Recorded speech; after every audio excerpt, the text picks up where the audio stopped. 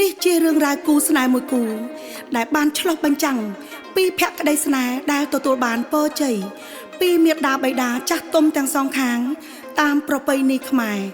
ហាក់ដូចជាគូស្នេហ៍ទេវតាចារមកពីអតីតជាតិលំដាប់តទៅនេះអនុញ្ញាតឲ្យយើងខ្ញុំនាំអារម្មណ៍ទស្សនិកជនទាំងអស់គ្នាមកសម្ដាប់និងទេសនាបទចម្រៀងឆ្លងសម័យកាលដែលបកស្រាយដោយលោកអាឡាជីនិងព្រះនាងចេណាដូចតទៅ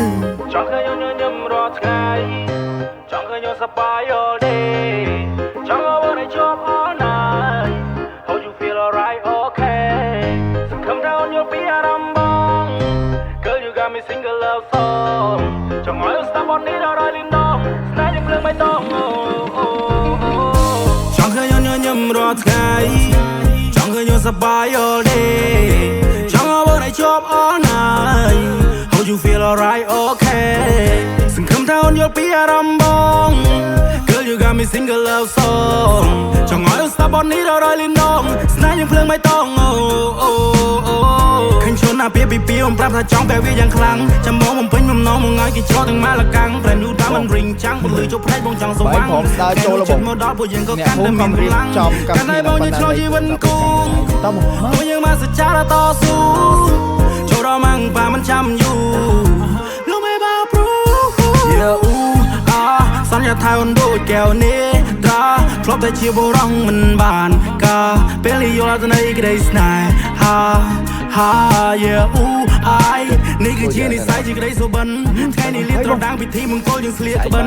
ចាស់ទុំសងខាងតែជាគូព្រេង 100%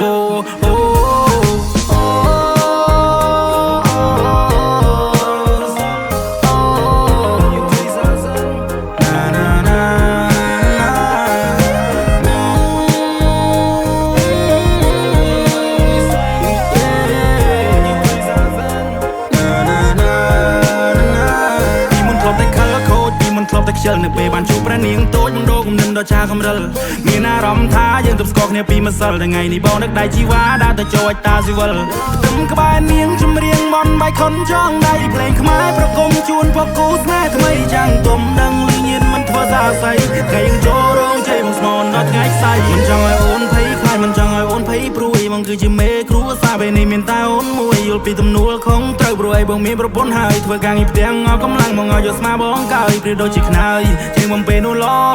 ងនៅពេល